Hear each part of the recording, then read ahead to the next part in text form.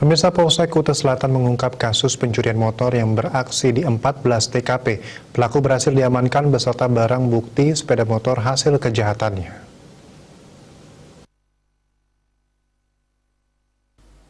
Para pelaku diantaranya Imade Budiarto alias Pakang, 26 tahun, dan Iwayan Wirte, 19 tahun, asal Karangasem. Kapolsek Kuta Selatan Kompol Yusa Agustinus Soai mengatakan, berawal dari hasil pengungkapan dua barang bukti sepeda motor, polisi melingkus pelaku di Pemogan dan Pasar Selatan. Dari hasil interogasi, pelaku mengakui melakukan pencurian sepeda motor di 14 lokasi bersama pelaku lainnya. Lokasi tersebut diantaranya berada di Jalan Uluwatu, Jalan Gua Gong Desa Unggasan, Jalan Toyoning Unggasan, Jalan Baliklip Unggasan, Jalan Labuan Said Pecatu, Banjarkau Desa Pecatu, Jalan Tunjung Simah Pecatu, Jalan Bambang Kemar, Pemogan dan Pasar Selatan, dan trail di areal parkir Villa Bingin Asri Desa Pecatu, Kuta Selatan. Dalam pickup ditutup menggunakan terpal sehingga orang tidak mengetahui isi daripada pickup tersebut.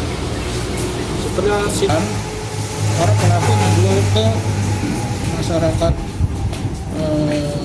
desa di Karangasem dengan beralasan rengkar mereka yang karena COVID tidak bisa meneruskan dan sehingga ditawarkan ke masker, namun bisa dibayar dengan harga 6 juta dan dijanjikan besok akan dibawakan surat-surat.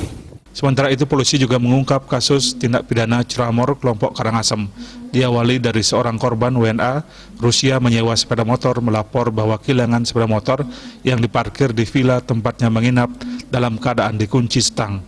Berdasarkan laporan tersebut, tim Opsnal Reskrim Polsek Kuta Selatan melakukan lidik hingga akhirnya menemukan barang bukti sepeda motor di desa Pempatan Karangasem.